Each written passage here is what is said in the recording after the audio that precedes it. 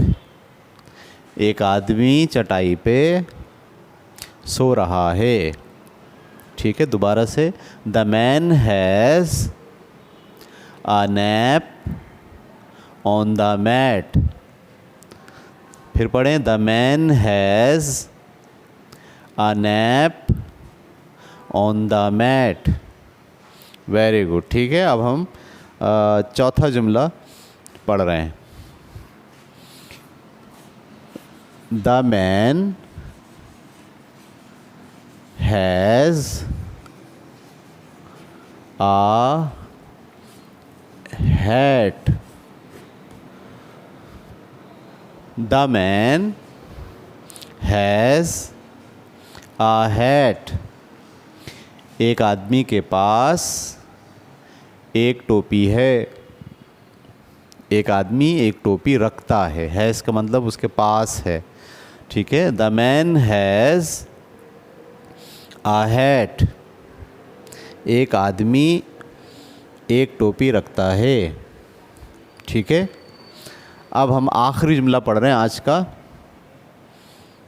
वो जुमला है, the cat is on the fan.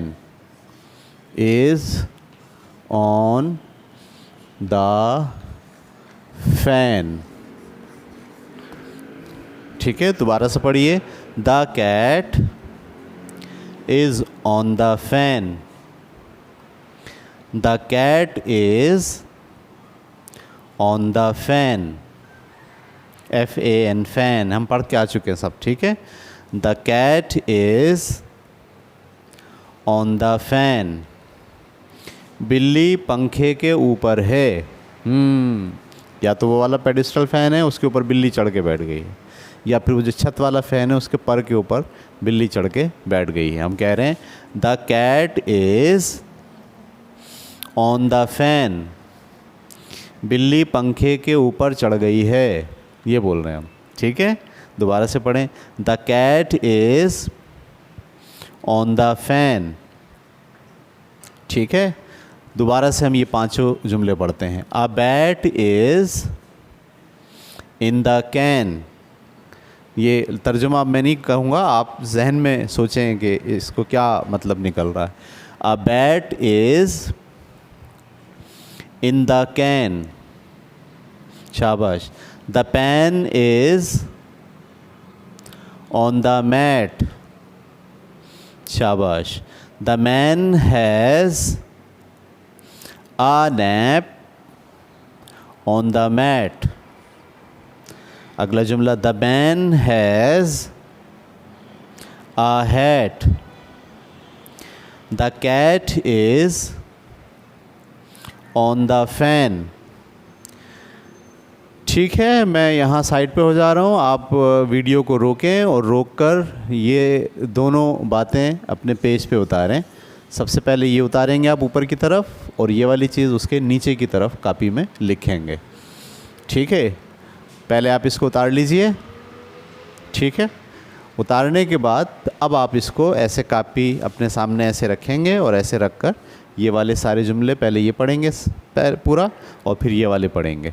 सिर्फ़ एक दफ़ा आप तर्जुमा पढ़ेंगे उर्दू में, बार बार उर्दू में तर्जुमा नहीं पढ़ेंगे. सिर्फ़ आप जुमला पढ़ेंगे और जहन में उसका तर्जुमे को, उसकी बात को, कि वो क्या बात कही गई है, उसको आप सोचेंगे. ठीक है, यानी बार बार उर्दू दोहराने से फिर आपको इंग्लिश नहीं आएगी. आपका जहन ये बात कबूल कर लेगा कि हर इंग्लिश का लफ्ज़ पढ़ने के लिए और समझने के लिए उर्दू का लफ्ज़ बोलना ज़रूरी है, तो आपकी आदत ख़राब हो जाएगी. ठीक है, तो आप सिर्फ़ एक बार बोला करें. उसके बाद जब भी इंग्लिश का कोई जुमला पढ़ें, बस उस जुमले को पढ़ते हुए आप अपने जहन में उसका तसव्वुर कायम करेंगे. ठीक है, एक बार फिर मैं आपको पढ़ा दे रहा हूँ. FAN fan, CAN can, MAN man, PAN pan, BAT bat, CAT cat, HAT hat, MAT mat.